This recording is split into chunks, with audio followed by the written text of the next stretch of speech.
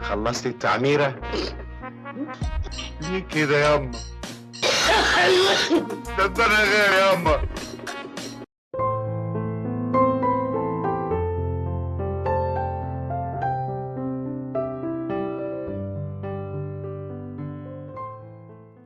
بسم الله والحمد لله والصلاة والسلام على سيدنا رسول الله، أما بعد. أحبائي وأعزائي أصدقاء قناة كوكب الشرق، أهلا بيكم وسهلا مع ممثل جميل جدا كلنا بنحبه، وهو الفنان الكبير عادل أدهم. عادل أدهم مواليد 8 مارس سنة 1928، ووفاته كانت في 9 فبراير عام 1996. وهو يعني ممثل بارع جدا في أداء الشخصيات ذات الطابع الدرامي، الأدوار الشريرة في السينما المصرية. عادل أدهم اتولد في حي الجمرك البحري في اسكندرية في 8 مارس عام 28. والده كان موظف كبير جدا في الحكومة، ووالدته سيدة تركية الأصل. وهو ورث عن أبوه شاليهين في سيدي بشر، وانتقلت الأسرة للإقامة هناك. وكان عادل صغير وما زال في المدرسة الابتدائية، وكان بيمارس رياضة ألعاب القوى، ثم اختار رياضة الجمباز، وكان متفوق فيها جدا بين زمايله. ومارس أيضا الملاكمة والمصارعة والسباحة، ولكن ذاع صيته في اسكندرية وأطلق عليه لقب البرنس. ساب الرياضة واتجه للتمثيل. شافه أنور وجدي وقال له: أنت ما تنفعش إلا إنك تمثل قدام المراية، لكن غير كده ما تنفعش تمثل. اتجه إلى الرقص وبدأ يتعلم الرقص مع الفنان علي رضا. بدايته في السينما كانت سنة 45 في فيلم ليلى بنت الفقراء، وظهر في دور صغير جدا كراقص. ثم كان ظهوره الثاني في مشهد صغير في فيلم اسمه البيت الكبير، واشتغل فيه كراقص برضه. وفيلم اسمه ما كانش على البال سنة 1950. بعد كده ابتعد عن السينما واشتغل في سوق بورصة القطن، وفضل يمارس نظام البورصة والعمل فيها، إلى أن أصبح من أشهر خبراء القطن ببورصة اسكندرية. بعد التأميم ترك سوق البورصة وفكر في السفر، وأثناء إعداده أوراق السفر اتعرف على المخرج أحمد ضياء، وقدمه في فيلم اسمه هل أنا مجنونة في عام 1964. وبعد كده قام بالعديد من الأدوار اللي اتميزت بخفة الظل، ومنها دوره في أخطر رجل في العالم والعائلة الكريمة. مع إيمان المخرجين بموهبته ابتدى يدوله أدوار أكبر فأكبر لحد ما بقى ياخد بطولات، وأخد أدوار صعبة ودارت معظمها في إطار اللص والشرير. شارك في العديد من الأفلام، من أهمها الجاسوس سنة 64، جناب السفير 66، القتلة 71، وآخر فيلم قدمه في حياته كان فيلم اسمه علاقات مشبوهة سنة 1996. وعادل أدهم حصل على عدة جوائز، ومنها في الجوائز من الهيئة العامة للسينما، ومن الجمعية المصرية لكتاب ونقاد السينما، وكذلك من الجمعية المصرية لفن السينما. عام 85 حصل على جائزة في مهرجان الفيلم العربي في لوس أنجلوس. عادل أدهم توفى في يوم الجمعة 9 فبراير 96، كان موافق 19 رمضان، عن عمر ناهز 67 سنة، في مستشفى الجلاء العسكري اللي واقع في طريق صلاح سالم.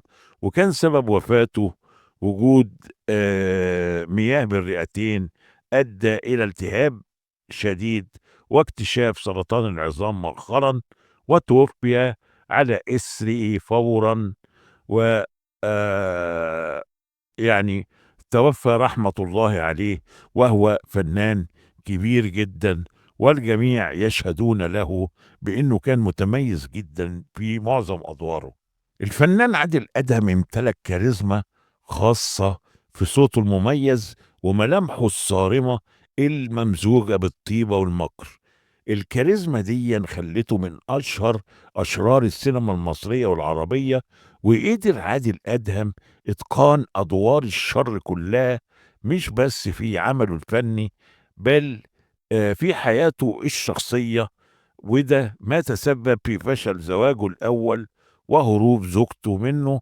وفي ذكرى رحيله بنستعرض كمان قصة زواجه الأولى من فتاة يونانية. الفتاة دي سابته وسافرت اليونان بعد قصة حب طويلة. وفي بداية حياة الراحل عادل أدهم اتعرف على الفتاة اليونانية ديمترا، وكانت في زيارة لإحدى صديقاتها في مصر، ونشأت بينهم قصة حب قوية. ورغم اختلاف الثقافات واختلاف أهلها معاها بشأن الزواج منه، إلا إنها اتمسكت بيه للنهاية لحد ما اتجوزته وعاشت معاه في مصر.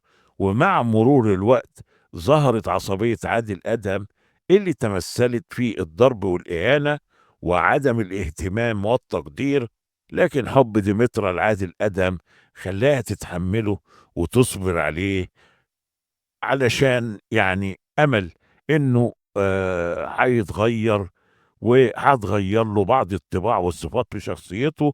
في إحدى المرات عادل أدهم رجع من العمل في وقت متأخر، فعاتبته زوجته وأخبرته بإنها مريضة وبتحتاجه بجانبها، لكنه لم يهتم بيها، وكانت وقتها حامل في ابنه الوحيد، فأهملها وسابها علشان ينام.